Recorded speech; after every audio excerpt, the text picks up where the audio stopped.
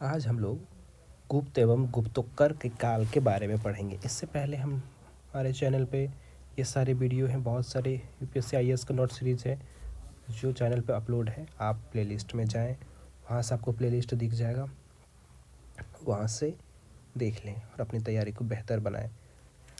ये ऐसा नोट्स है जिससे आपके एग्ज़ाम में 100% यहाँ से ही मिलेगा। अभी बिहार दरों का एग्ज़ाम हुआ, इस नोट से बहुत सारे प्रश्न देखने को मिले, बहुत सारे प्रश्न आए। तो और आगे वाले जितनी भी एग्ज़ाम है सारे एग्ज़ाम में इनसे देखने को मिलेगा। तो चलिए तैयारी को अपना बेहतर बनाते हैं।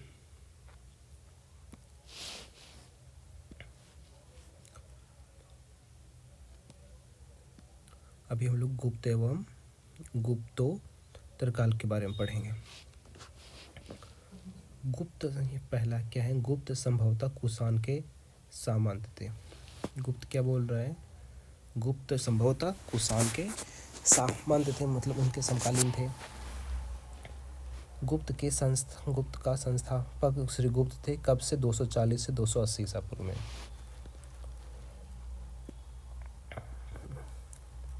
गुप्त वंश 275 से 550 ईस्वी तक चला। गुप्त वंश कब से चला? 275 से लेकर 550 ईस्वी तक चला। गुप्त साम्राज्य का उदय कहाँ हुआ था? गुप्त साम्राज्य का उदय प्रयाग के निकट कौशाम्बी में हुआ था। गुप्त वंश का आरंभिक राज्य यूपी और बिहार में था। गुप्त वंश कहाँ था? यूपी और बिहार में था।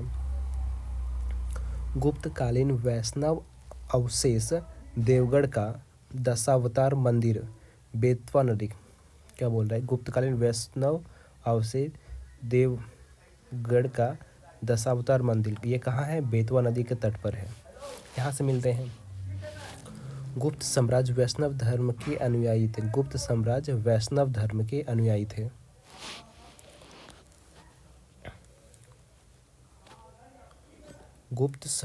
अब यहाँ देखते हैं चंद्रगुप्त पहला, उसके बाद चंद्रगुप्त आता है।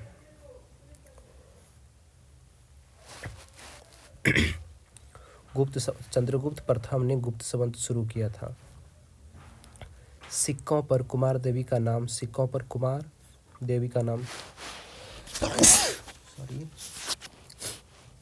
प्रथम महान गुप्त चंद्रगुप्त प्रथम महान गुप्त शासक हुए। चंद्रगुप्त प्रथम गुप्त वंश का वास्तविक संस्थापक चंद्रगुप्त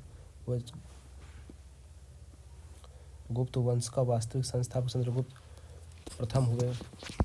चंद्रगुप्त प्रथम ने महाराजा धीराज की उपाधि धारण की थी।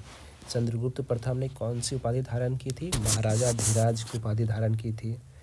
लिच्छवी राजकुमारी कुमार देवी से विवाह। चंद्रगुप्त प्रथम ने लिच्छवी राजकुमारी कुमार देवी से विवाह किया था।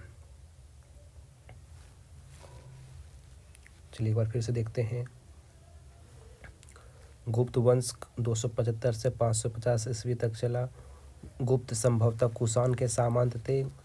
संस्थापक श्री गुप्त ने कब से? 240 से 280 में। गुप्त साम्राज्य का उदय प्रयाग के निकट, प्रयाग यानी यूपी के निकट कौशाम्बी में हुआ था। गुप्त वंश का आरंभिक राज्य यूपी और बिहार में था।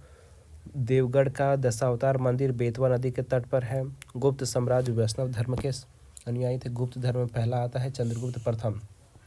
जो चंद्रगुप्त प्रथम उनका कार्यकाल था 319 से लेकर 335 या 36 कोई महान मानते हैं। चंद्रगुप्त प्रथम ने गुप्त संवत शुरू किया 319 ईस्वी में। प्रथम महान गुप्त शासक चंद्रगुप्त प्रथम हुए। सिक्कों पर कुमार देवी का नाम अंकित है। गुप्त वंश का वास्तविक संस्थापक चंद्रगुप्त प्रथम है। चंद्रगुप्त प्रथम ने महाराजा धीराज की उपाधि धारण की थी। लिच्छवी राजकुमारी और कुमार देवी से विवाह किया था। अब इसके आगे समुद्रगुप्त। चंद्रगुप्त के बाद किसका आता है? समुद्रगुप्त। समुद्रगुप्त बहुत ही इम्पोर्टेंट है। समुद्रगुप्त ने पराक्रम की उपाधि धारित की थी। किसकी उपाधि? पराक्रम की। समुद्रगुप्त से श्रीलंकाई शासक मेघवर्मन ने गया में बौद्ध मठ बनाने की अनुमति ली थी। ये वो प्रश्न सब मिलेंगे आपको जो एग्ज़ाम में पूछे जाते हैं, इतने बहुत फालतू चीज़ें नहीं, डिटेल और बेसिक जानकारी जो एग्ज़ाम में पूछे जाते हैं। भारतीय नेपोलियन किसने चंद्रगुप्त प्रथम को कहा था, लेकिन किसने कहा था?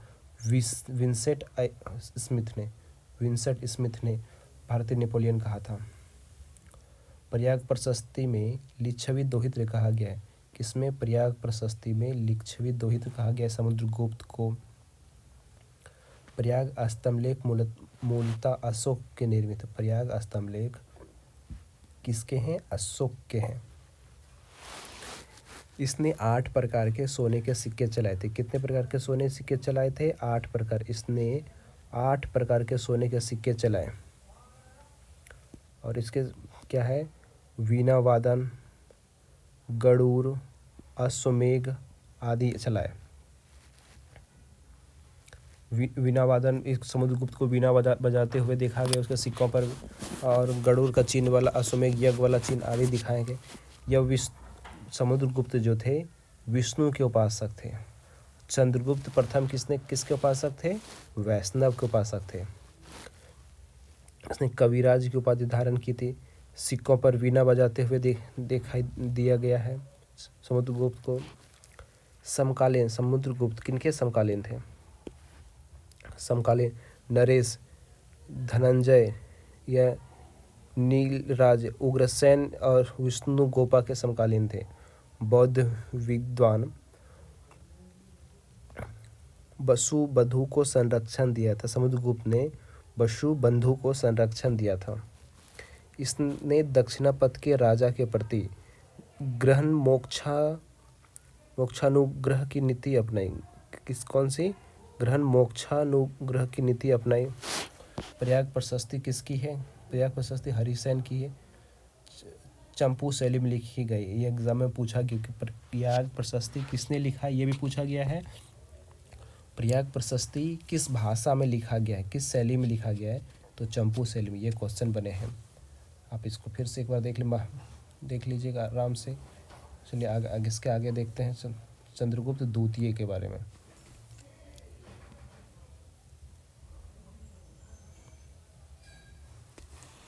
चंद्रगुप्त द्वितीय 376 से लेकर 413 या कहीं कोई 415 मान दे। चंद्रगुप्त द्वितीय 300। हम लोग चंद्रगुप्त द्वितीय के बारे में देख रहे थे। इससे पहले चंद्रगुप्त प्रथम और समुद्रगुप्त, इससे पहले ये सारे सीरीज हम लोग ख़त्म कर चुके हैं। चंद्रगुप्त प्रथम देख लिए थे, समुद्रगुप्त देख लिए थे। अभी हम लोग चंद्रगुप्त द्वितीय के बारे में देखेंगे। चंद्रगुप्त द्वितीय का कार्यकाल है 376 ईसा पूर्व ईस्वी से 413। चंद्रगुप्त द्वितीय के बारे में जानकारी कहाँ से मिलता है? तो देवी चंद्रगुप्तम नाटक में चंद्रगुप्त द्वितीय के बारे में जानकारी मिलती है। अब देवी चंद्रगुप्तम किसने लिखा थी? कालिदास ने। और चंद्रगुप्त द्वितीय के दरबारी कवि कौन? चंद्रगुप्त द्वितीय के दरबार में 9 रत्न रहते थे। कौन कौन? कालिदास, धन्वंतरी, छनपकक, अमर सिंह, शंकु, वैताल भट्ट, घटकपर, वराहमिहिर, वरुचि। ये एग्ज़ाम में ऐसे क्वेश्चन पूछ लिया जाता है कि इनके दरबार में कौन कौन रहते थे, तो इनको ध्यान से याद रखें। महरौली में लौह स्तंभ चंद्रगुप्त द्वितीय से संबंधित। महरौली में लौह स्तंभ जो है किनसे संबंधित है? चंद्रगुप्त द्वितीय से संबंधित है। फाहियान भारत आया था चंद्रगुप्त द्वितीय के समय आया था। शकों पर विजय के उपलक्ष्य में चांदी के सिक्के चलाए थे। चंद्रगुप्त द्वितीय ने शकों पर विजय के उपलक्ष्य में क्या चलाए थे? चांदी के सिक्के चलाए थे। चंद्रगुप्त द्वितीय ने कौन सी उपाधि धारण की थी? विक्रमादित्य की उपाधि, विक्रमादित्य और शिकारी, विक्रमादित्य शिकारी की उपाधि धारण की थी। अब इसके बाद हम लोग कुमारगुप्त प्रथम के बारे में जानते हैं, चंद्रगुप्त द्वितीय के बारे में इतना ही एग्जाम पूछेगा। अब इसके बारे में कुमारगुप्त प्रथम अत्यंत महत्वपूर्ण नालंदा विश्वविद्यालय का स्थापना, कुमारगुप्त ने नालंदा विश्वविद्यालय का स्थापना किया था मंदसौर अभिलेख वत्सभट्टी में। इसमें सुव्यवस्थित शासक का वर्णन किया गया है। कुमारगुप्त प्रथम ने स्वर्ण, रजत एवं ताम्र के मुद्रे चलाए थे। कुमारगुप्त प्रथम ने कौन से स्वर्ण, रजत और ताम्र के मुद्राएं चलाए थे? कुमारगुप्त प्रथम ने कौन सी उपाधि धारण की थी? महेंद्रादित्य की उपाधि धारण की थी। सर्वाधिक गुप्तकालीन सिक्के इसी ने चलाए थे। सर्वाधिक गुप्तकालीन सिक्के किसने चलाए थे? कुमारगुप्त प्रथम ने चलाए थे।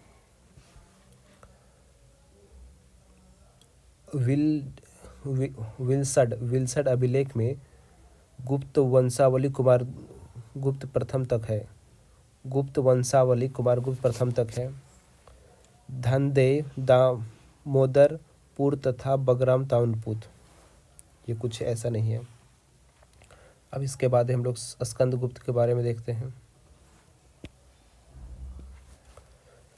सिक्कों पर गरुड़ ध्वज अंकित, स्कंदगुप्त ने सिक्कों पर गरुड़ ध्वज अंकित कराए थे।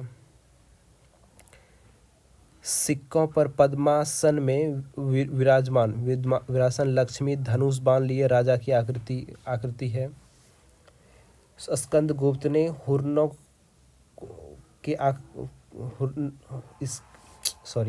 स्कंदगुप्त के समय हुर्नों ने आक्रमण किया था।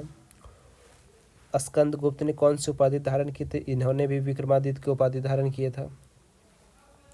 सुदर्शन झील का पुनरुद्धार किसने किया? स्कंदगुप्त ने।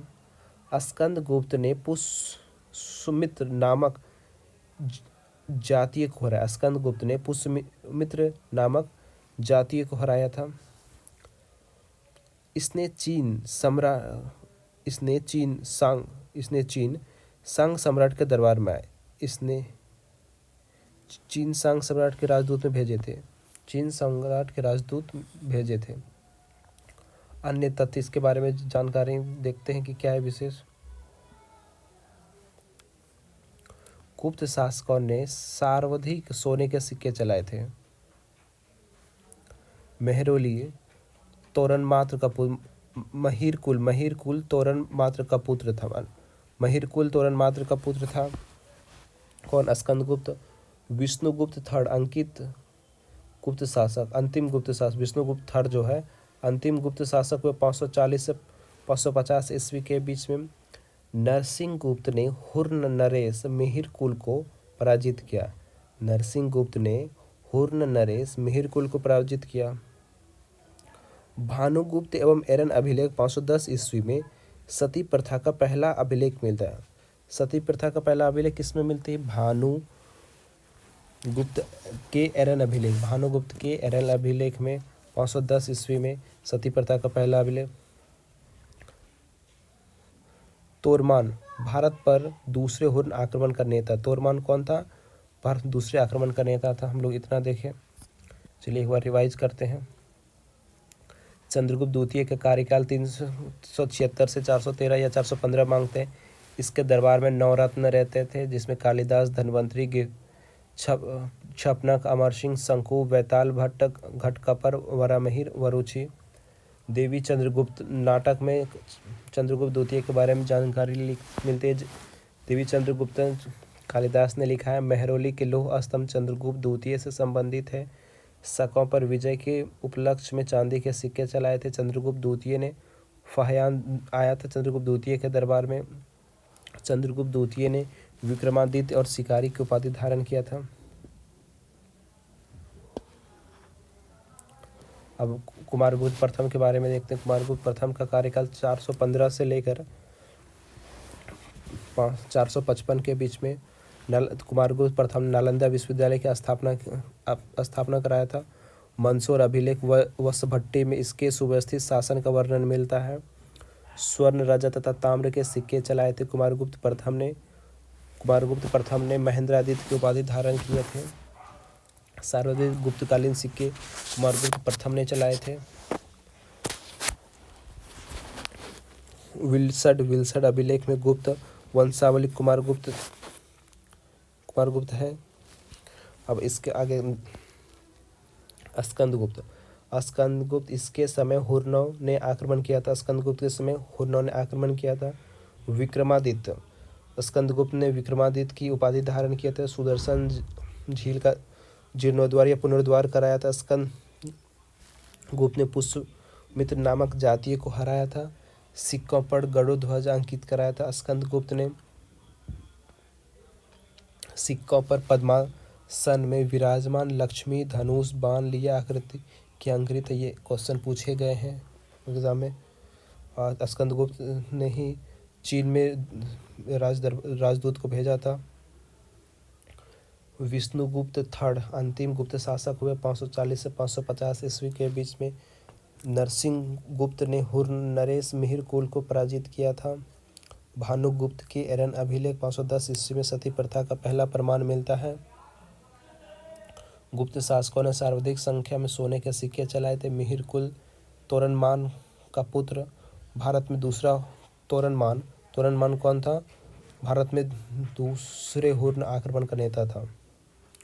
अब इसके आगे हम लोग जब पढ़ेंगे गुप्तकालीन अधिकारी, गुप्तकालीन प्रशासन के बारे में पढ़ेंगे, आर्थिक स्थिति बारे में पढ़ेंगे, ये सारे पढ़ेंगे। सामाजिक स्थिति, धार्मिक स्थिति, कला संस्कृति गुप्तकाल की कैसी थी, आगे पढ़ेंगे। इस वीडियो में इतना तक ही। हमारे चैनल पर नए हैं तो चैनल को सब्सक्राइब कर ले। मिलते हैं फिर अगले वीडियो में नए टॉपिक में।